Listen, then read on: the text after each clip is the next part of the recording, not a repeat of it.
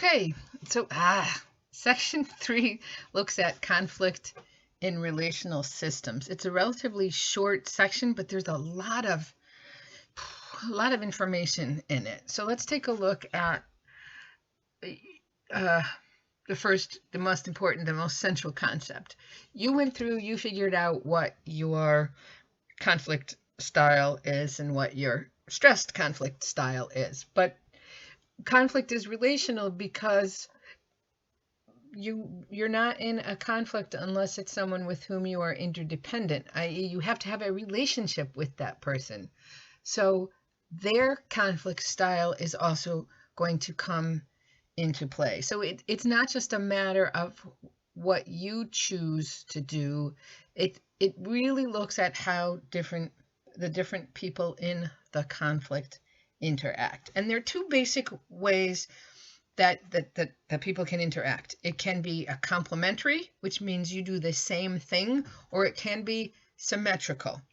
And on the bottom of page 337, there's a chart that I really like. It shows 3 different situations, and then it says this is how it could be a complementary conflict or how it could be a symmetrical conflict. Whether it's symmetrical or whether it's complementary, that doesn't matter. It can be destructive complementary. It can be a constructive complementary. It can be a destructive symmetrical. It can be a constructive symmetrical. So technically, there should have been 2 more columns to define this. I'm sorry, I'm being all distracted looking at Lin-Manuel Miranda, another man I would divorce my husband for, but that's a sidetrack. Okay, so one partner is upset because the other is spending little time at home. Okay, so if it's complementary, they both they do things differently. One partner makes demands, the other withdraws. You spend too little time home. And my husband says, okay, fine, I'm just not going to come home at all. It's a possibility. Or a symmetrical could be, I say, you know what? I really wanted to spend some time with you. I thought we could have dinner and then you watch a movie. And my husband says, okay, but you've been so stressed lately. That's why I've been spending time away. So that's symmetrical because we are both calmly explaining. Okay, so again, complementary does not mean destructive and symmetrical does not mean constructive, because the boss makes fun of an employee in front of other workers. All right, so we're going to look at complementary. The employee seeks out the boss for private conversation, explaining why the joke was embarrassing. The boss listens. Okay, they're doing similar behaviors, being calm, listening, taking turns, right? And that's a constructive situation. Destructive, symmetrical could be, all right, you're going to make jokes about me, I'm going to make jokes about you, right?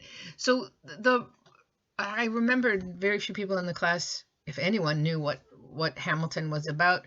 In this picture on the right is Lin-Manuel Miranda, who's playing Alexander Hamilton, and on the left is Leslie Odom Jr.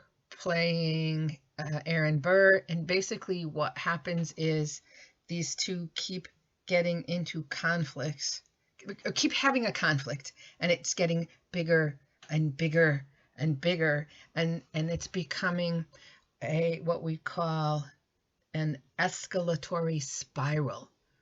I have never seen this. Actually, I'm going to see if I can find the video clip, and if I do, I'll put it up. There's supposedly a Bugs Bunny routine where Elmer Fudd, has his little shotgun, and so he comes to get Bugs, and Bugs responds with a cannon, and each time it gets bigger and bigger. So it's escalating. Okay, and an escalatory spiral is never a good thing, because it usually gets to the point where one person storms off or the relationship ends. Okay, you can have a de-escalatory spiral where, it can be good that it de-escalates, but it can also be to the point where, people just the hostility decreases, but it's just there's nothing good there anymore. And again, I forgot to tell you something. Under complementary style, conflict style, sometimes a fairly common style is what they call demand withdraw. So, you have to do this, and the other person, instead of engaging, just leaves. This is one of the most destructive of the styles. It causes problems with satisfaction in the relationship, and as the textbook says, it can even cause health problems, which is a big deal. So there's something called serial arguments. You can have a conflict. It's a one-off, Okay, that's fine. You have your conflict over. I have no idea what people have conflicts about anymore. I'll go back to the Milano cookies. Okay, and you fought about the cookies and you never fight about them again. But sometimes, in fact, I would say frequently, people seem to have conflicts about the same issue. It's something that keeps coming back, and it can be something tiny, like mundane, and it can be something very, very serious. I mean, it could be you are arguing about behaviors that you find problematic. My husband leaving his shoes around.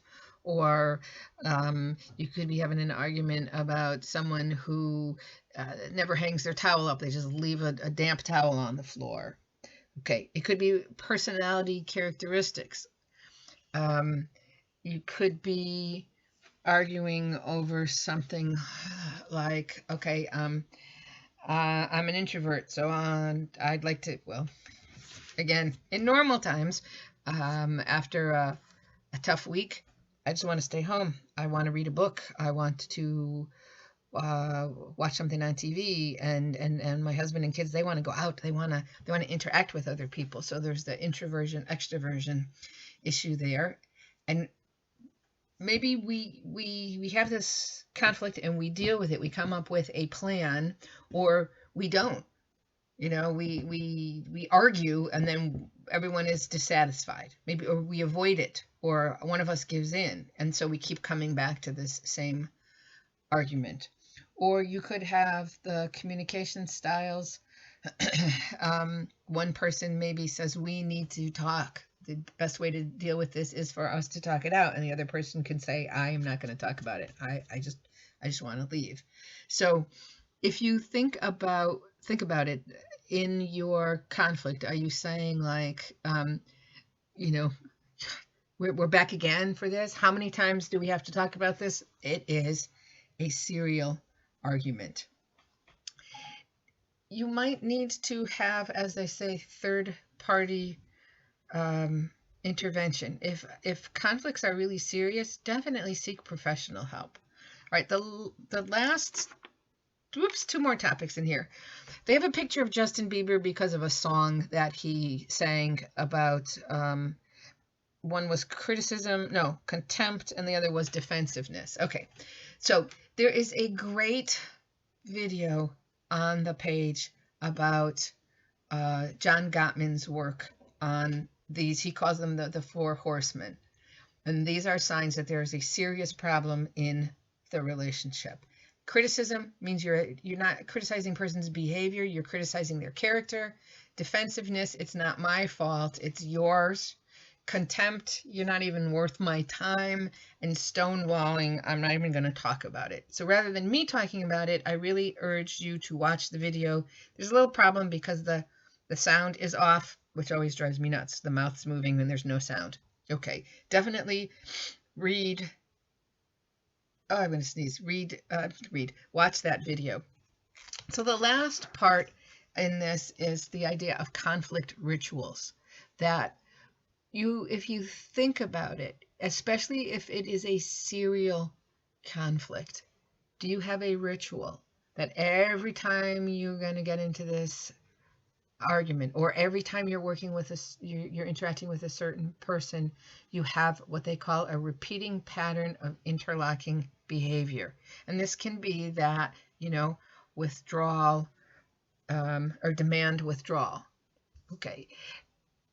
And it can be, I like they gave the example of the little kid interrupts her parents. She wants to be included, and the parents, say, you have to wait. But after a while, it gets to the point where every time she interrupts, they stop what they're doing and they deal with her.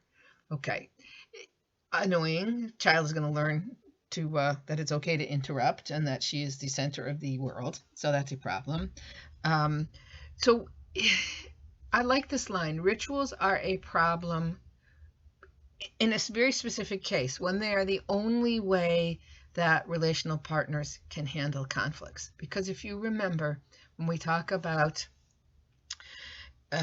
communication competence, you need to have your bag of tricks. You need to have a repertoire. You have to have different ways that you can handle issues, different ways that you can communicate. So if you realize that you are always handling conflicts with a certain person the exact same way, time to practice, come up with some different skills so that you can have better conflicts.